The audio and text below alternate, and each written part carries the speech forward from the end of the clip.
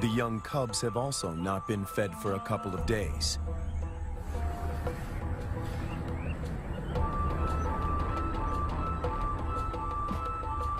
When the gates open, a new chapter begins.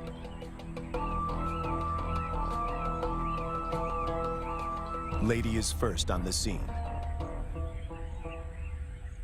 The cubs have spent more than a month in the boma to adjust. The question now is whether this newly forged bond will hold when they step through the gate.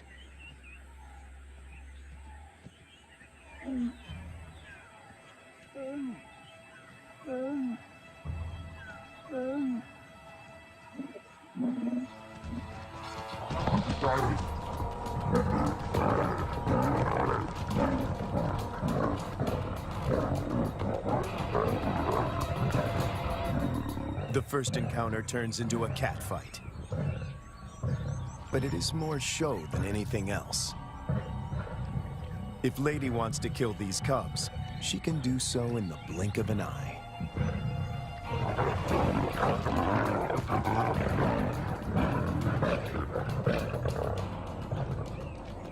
The first contact might seem aggressive, but it plays out according to plan. Lady is doing exactly what the team hoped for. She accepts them in her territory and establishes her dominance.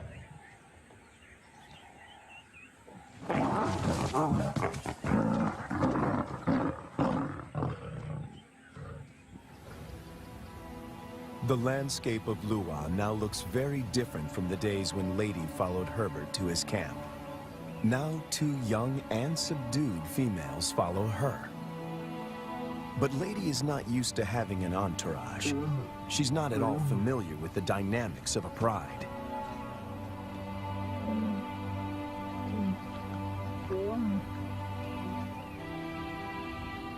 Now that she has her freedom back, she does the unexpected. She abandons them.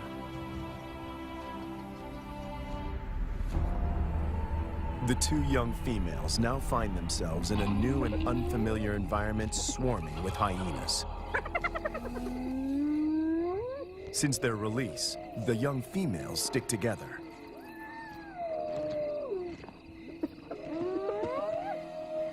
But their lives are in real jeopardy.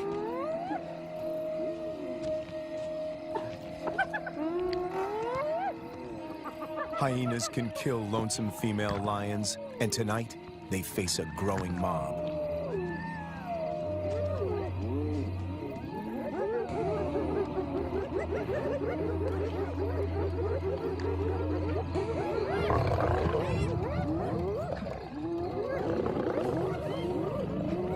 In no time, the newcomers are surrounded by a hungry and ferocious clan.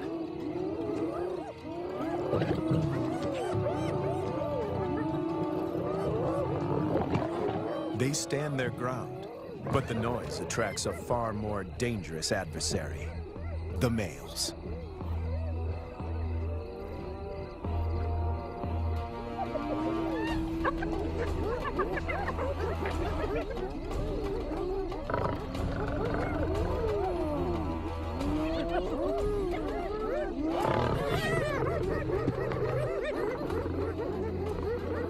The 2 brothers have finally tracked down the youngsters in the wild, and Lady is nowhere in sight to protect them.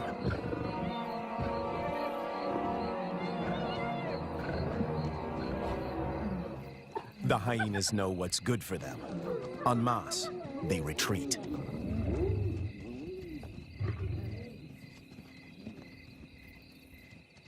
This is their first encounter with the males outside the boma. Anything can happen. The brown-collared female is first to bolt. The white collar is cornered before she can escape.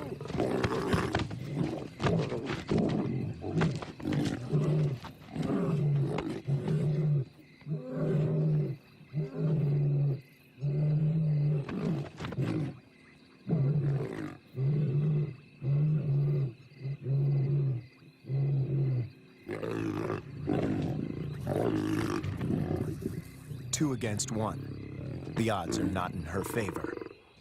But her assertiveness could be her saving grace.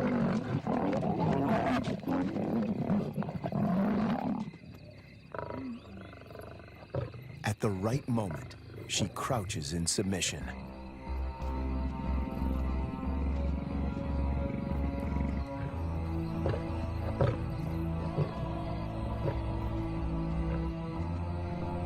The encounter with the males is a frightening experience for both young females.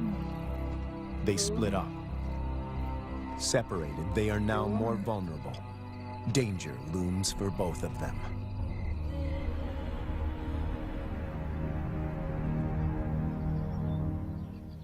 The team manages to track down the females, and they are reunited.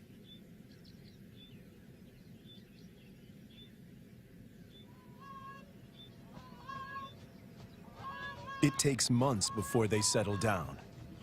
But little does Herbert know that he is filming them for the last time.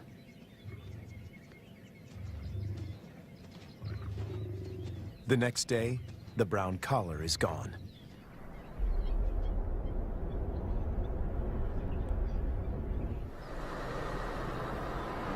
Craig Hay heads up one of the search parties.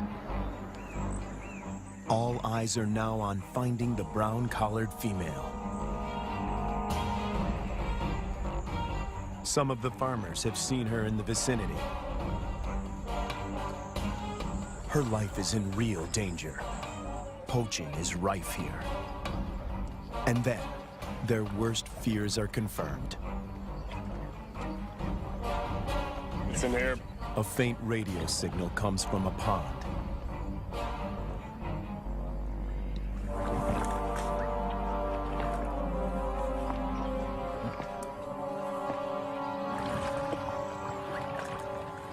Guys, I got it. It is the brown collar. It's been cut. Yes, been cut with a sharp knife. It's a definite cut. You see, so someone found the lion and threw this in. Or killed the lion. Killed the lion and threw this in. The mood is one of despair.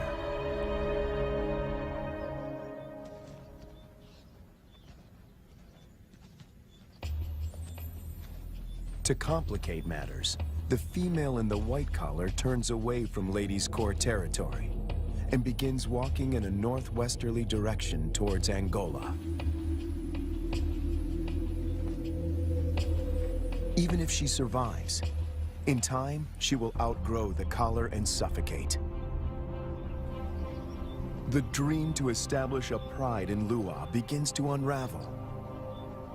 In an unexpected twist, the males follow the white-collared female to Angola. The further they move away from Ladies' Corps territory, the less influence she has in keeping them out of danger zones. A rescue mission is launched to find the white-collared female and the males before they cross the border. Dr. Matt Becker, who runs the Zambian Carnivore Project, joins the search party. He spots the white-collared female a few kilometers from Angola. They dart her. But she runs into the reeds and almost drowns. She's breathing really well. It's a close shave. It's now 10 to 6. We have 40 minutes. Make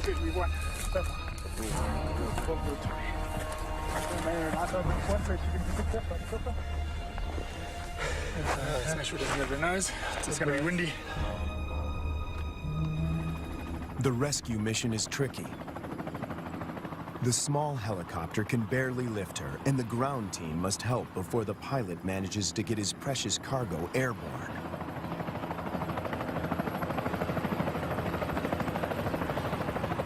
The males have slipped off the radar, and the team hopes they will turn around on their own accord.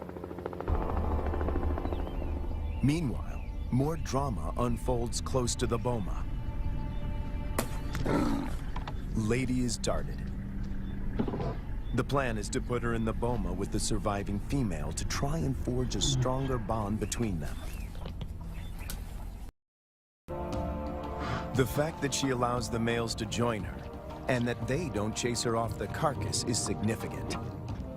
Eating together is the first building block of a pride.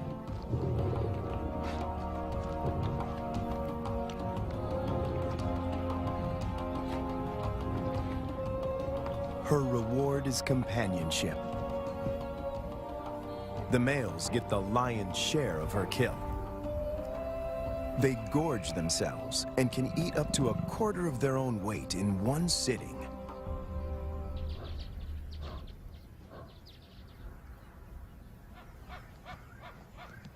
For the first time, Herbert sees the two males compete.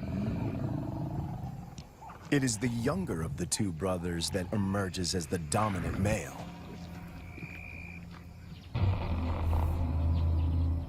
He's the one that follows her when she's in estrus.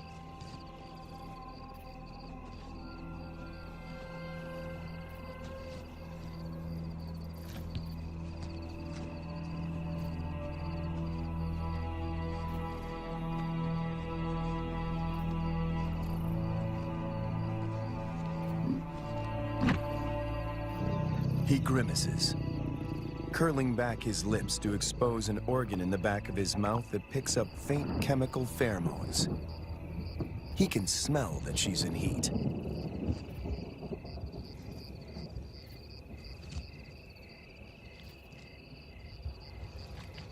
It's the dance Herbert has been waiting to film for years. The brother watches from the sidelines. Lady stays receptive for several days and copulates frequently. Both males stick to her like glue. They won't fight over her. As members of the same coalition, they come to a gentleman's agreement. If the dominant brother tires, the other might get a chance to mate as well. Now she rolls, not to greet Herbert, but in submission.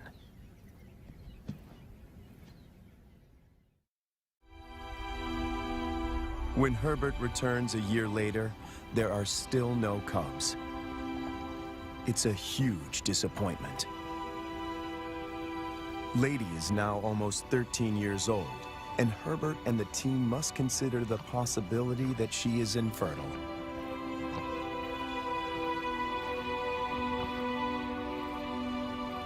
If that's the case, the males might leave her and start roaming, looking for other females to propagate their bloodline.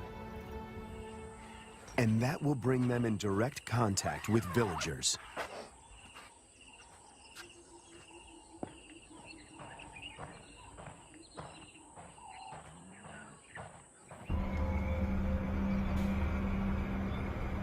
The team decides to import 2 young females. And that takes them back to Kafue.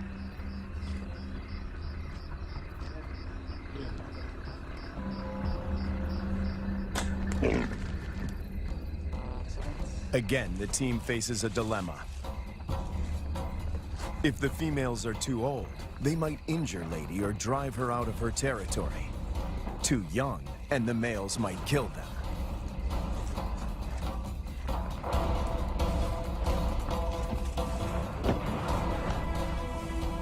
Dr. Ian Parsons oversees the translocation.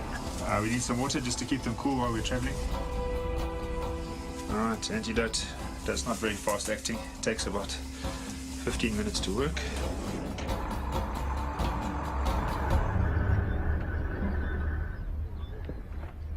Tranquilized and blindfolded, the 2 females begin their journey to Lua.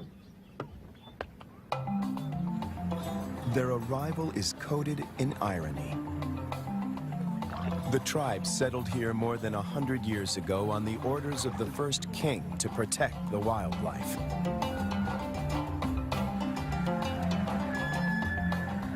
But many of them have never seen a lion. And yet lions have always played an important part in the biodiversity of Lua. African Parks aims to restore the imbalance. But this is only possible if Lady remains the central character. She has to teach the new arrivals the lay of the land, and teach them to keep away from villages. The question now is whether she can transfer these skills in time.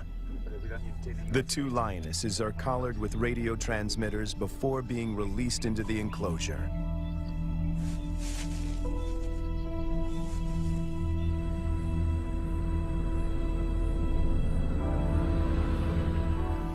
Lady's world is about to be turned upside down, once again. To Herbert, she seems sad and confused.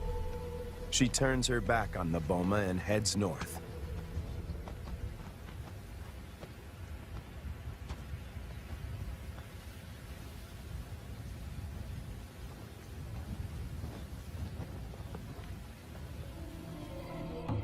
The males, on the other hand, are very interested.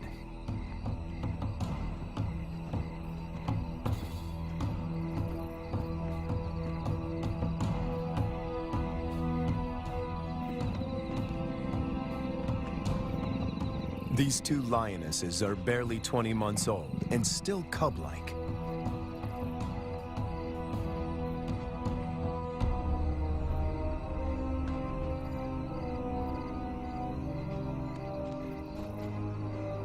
Male lions are known to kill cubs they haven't sired. No one knows how this will play out.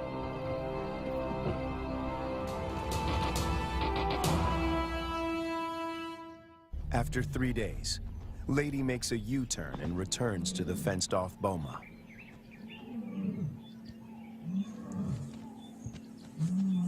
The two young females respond to her calls.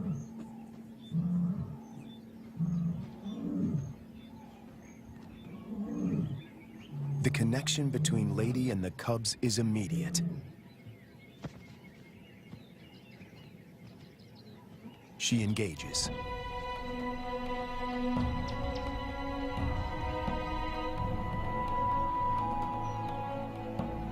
Cats are vulnerable when they expose their undersides. When they roll, they express submissiveness.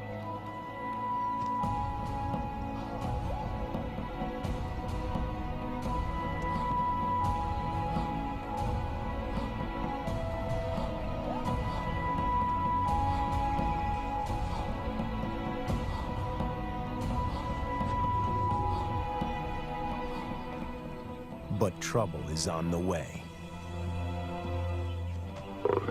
Lady's body posture changes. She knows that the males could attack these new residents.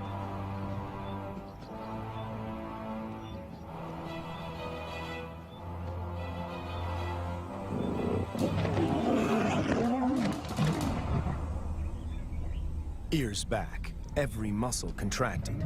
She puts the males in their place.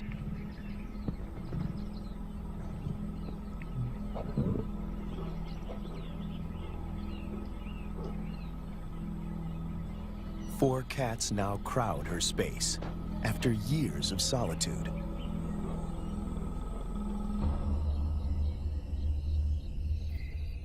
When the males were in the boma, Lady disappeared for days. But now she is intrigued by the cubs. She keeps constant vigil. The electrical current that runs through the fence is non-lethal, but does give a sharp jolt. Lady is clever. She discovers a broken wire and tries to gain access where the circuit is breached.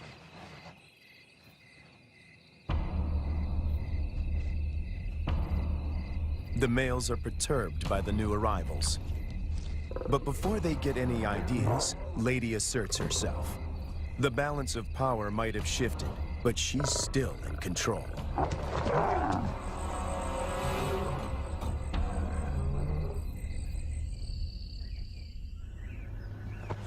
After 5 weeks in the boma, the team feels the young females are ready to be released. Not sure how the males will react, they lure them away with a fresh carcass.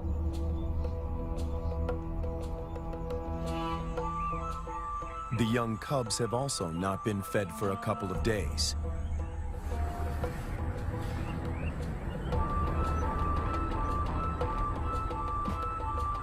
When the gates open, a new chapter begins.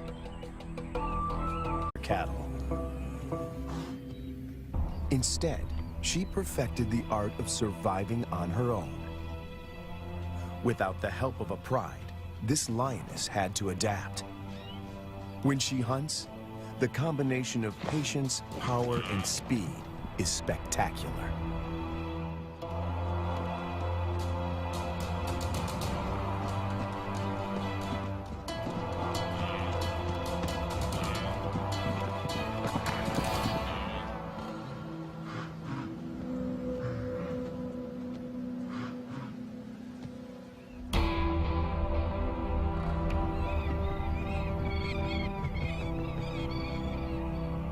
This female is about 6 years old when she steps into the viewfinder of Herbert Brouwer, a wildlife cameraman.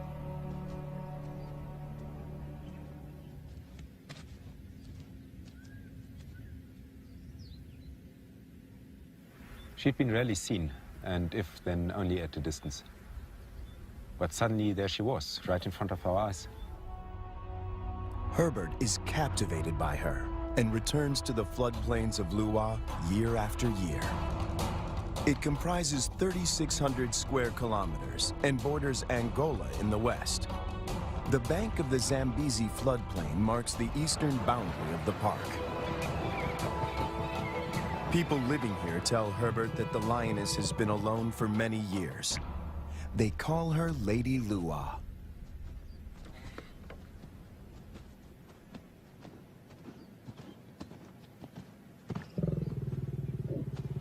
When she rolls for him, a bond develops between them that will have far-reaching consequences. There was one thing, though, that she could not overcome, and that was her isolation.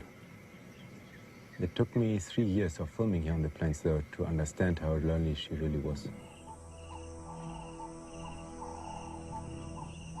At night, she follows Herbert into his camp.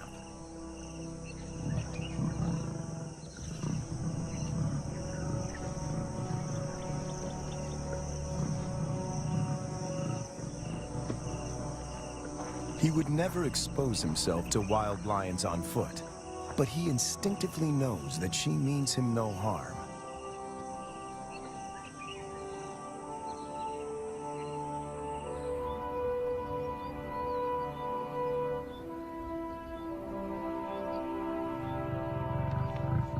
It is true that female lions can survive on their own, but they only thrive as members in a pride.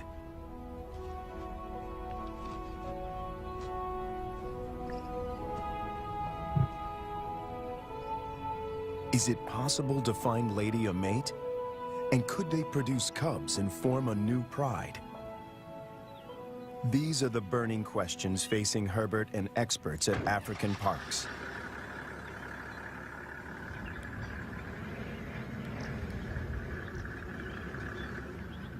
Craig Reed, a manager at African Parks, and veterinarian Dr. Ian Parsons face a dilemma.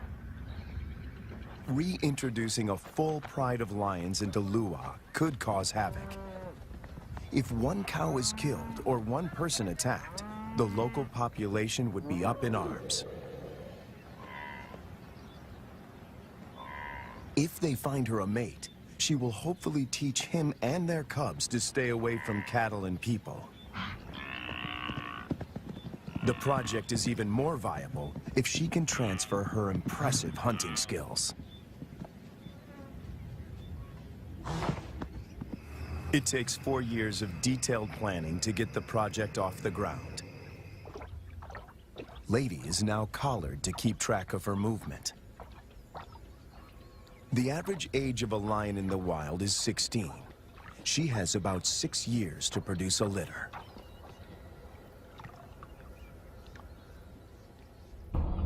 To find a mate for Lady, the team goes to neighboring Kafue National Park. Audio recordings of lionesses lure the males.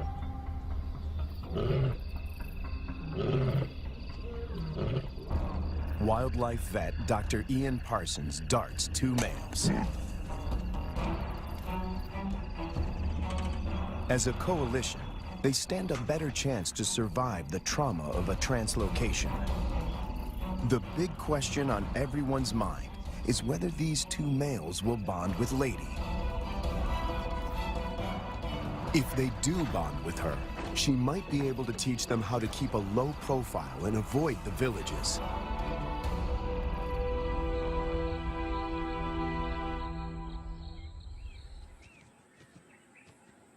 The two lions wake up in an enclosure, or a boma, right in the middle of Lady's core territory.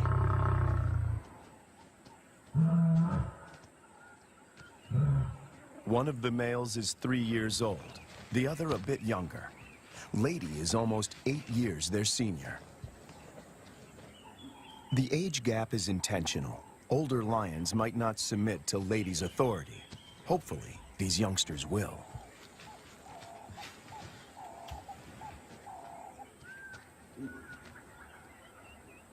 This is the first time in years that Lady has set eyes on her own kind. She keeps watch as the two males familiarize themselves with their new home. The first piece of the puzzle falls into place. But then, disaster strikes. On the 5th day in the boma, they escape. Finding themselves in a strange environment, they could take fright and bolt. To Herbert's relief, he finds them a few hundred meters from the enclosure. Lady's response is odd. She rolls to show them she is not a threat, but she doesn't approach them. The males are aware they are in her territory. Everything is new. It's going to take time to adjust. Before she leaves, Lady marks the territory with her urine. It's a strong message. She's the landowner. They are the squatters.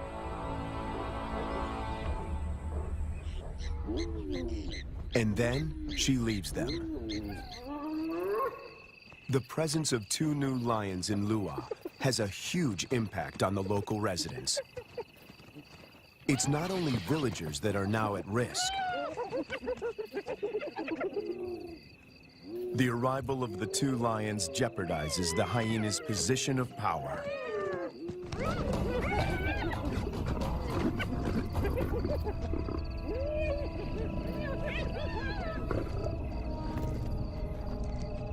Together, they make a fearsome team.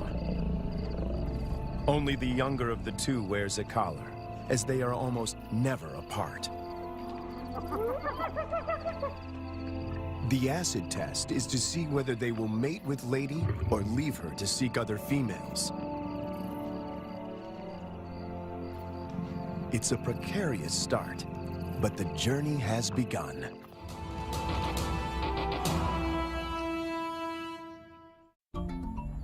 Almost 3 years go by without incident. It's November, the beginning of the rainy season. Thousands of wildebeest pour into Lady's territory. The males are hardly recognizable. They are now almost 6 years old, and their bodies are beefed up, their manes more pronounced. After all this time, they're still together and have bonded with Lady, who seems to be doing all the hunting.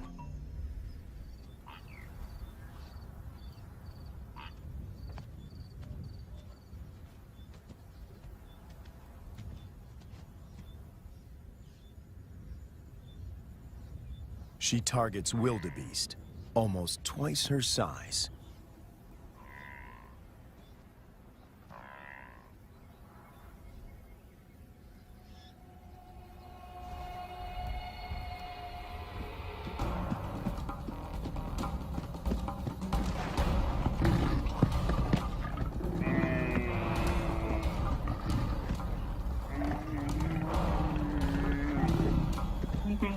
With a powerful bite to the neck, she suffocates her quarry.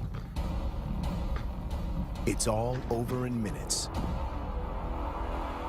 The meat from a small calf could keep her going for a few days. But she's not hunting only for herself.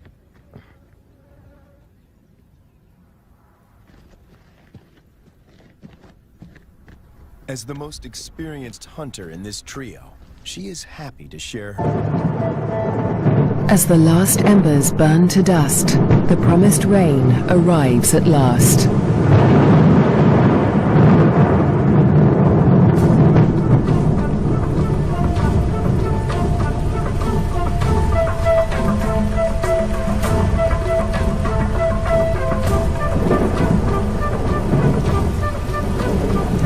The cool downpour provides long-awaited relief from the heat and brings about a spectacular phenomenon on the plain.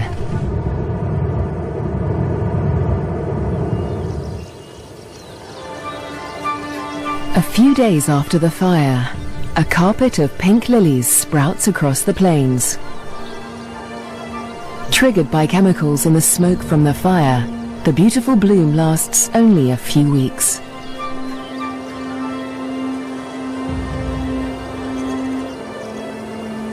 In the meantime, Nasanta's mother, the matriarch, needs to find food.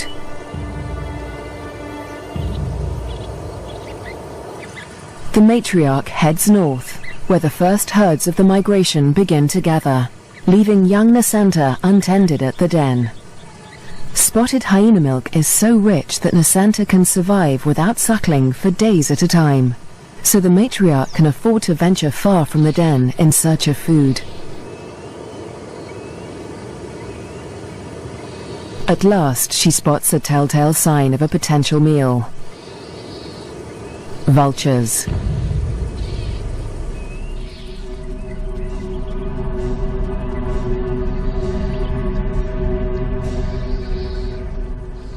Her suspicions are soon confirmed. A wildebeest bull lies injured in the grass. The matriarch is the first hyena on the scene, but she is not the only predator. This bull is the victim of the last lioness in Lua Plain. The matriarch tries to move in on the bull, but she's unnerved by the lioness. A conflict with a big cat could be fatal. The hyena keeps her distance as the bull quietly dies, not willing to provoke a conflict while the lioness remains nearby.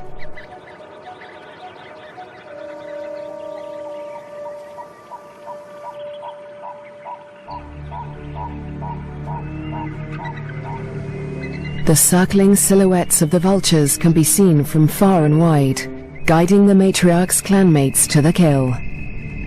In the darkness, the hyenas feast at last.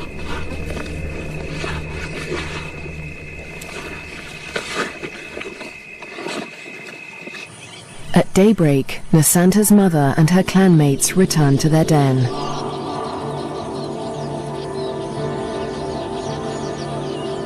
The matriarch rouses the cubs. Nasanta is larger now, and lighter fur marks her face and neck. The adults have returned with meat, a rare luxury for hyena cubs.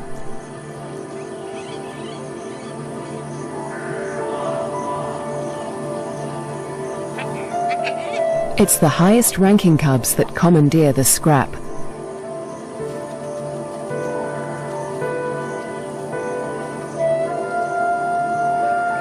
Nasanta is lost to the feast, but she fights for her share. The other top-ranking cubs are stiff competition, and they won't let lower-ranking cubs anywhere near this scrap. As an adult, Nasanta will have to contend with highly competitive clanmates at kills. She must learn to eat fast or lose out, since a clan can reduce a carcass to scraps in less than 20 minutes. She will still suckle her mother's rich milk for about a year, but this new taste for meat is the beginning of Nasanta's transformation into a deadly and efficient predator. The Lua Plain is undergoing an extraordinary metamorphosis. In the coming days, the rains fall in an almost continuous deluge. the beginning of an annual flood that will cover much of the plains in water. Dusty depressions become waterlogged marshes, and life floods into the plains.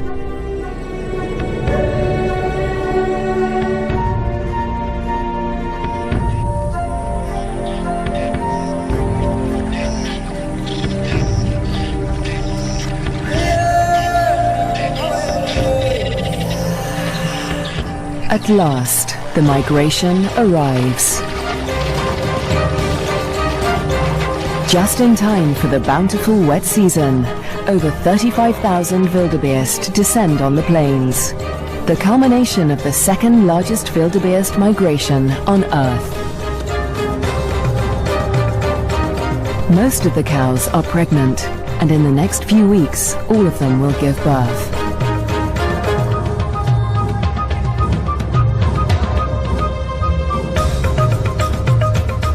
The calves make easy prey, but the sheer number of them ensures that many will survive to adulthood. For the hyenas, the time of plenty has begun.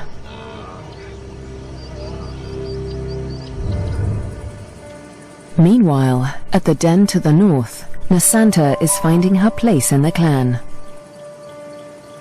She marks the grass around the den with a distinctive scented paste from glands beneath her tail. The adults use this pasting to mark their territory. For Nasanta, it's part of the process of establishing her rank.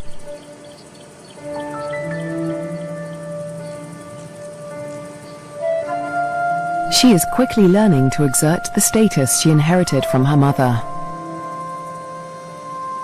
This male flattens his ears behind his head as she approaches him, showing his submission to her.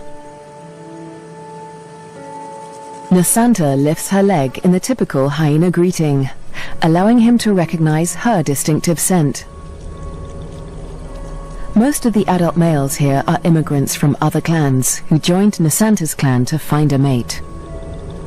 They forfeited the rank they inherited from their mothers when they left their own clans, falling instantly to the bottom of the hyena hierarchy.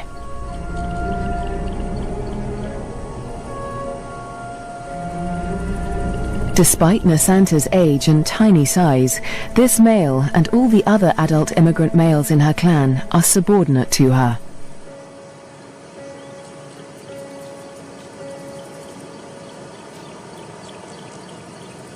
The tiny cub holds such sway because her mother backs her up.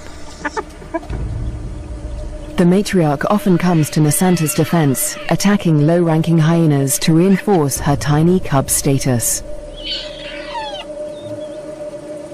The male is now in a precarious position.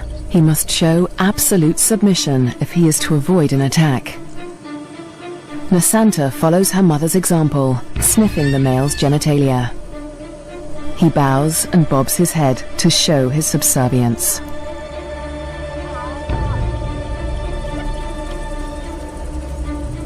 But the clan females are not convinced. They join the interrogation. Fearlessly, Nasanta stays in the thick of the fray.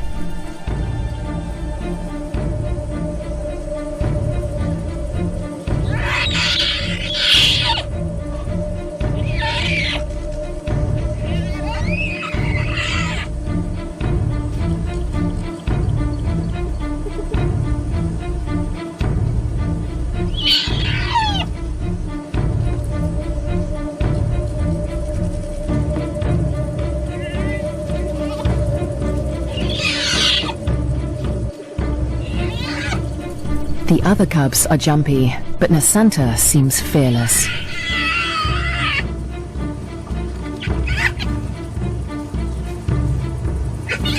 With the protection of the matriarch and the clan females, no hyena would dare to hurt Nasanta. 4 kilometers to the southwest, Twambo is not faring quite as well. He's also growing up fast, with the first spots showing through his black coat. But unlike most of the other cubs, Twambo is a loner. As the cubs get older, they become more aware of each other's ranks. The higher-ranking cubs have built bonds with each other, forming relationships they will carry into adulthood. But Twembo has few allies in the clan. When the other cubs do take an interest in him, it's usually to beat him up.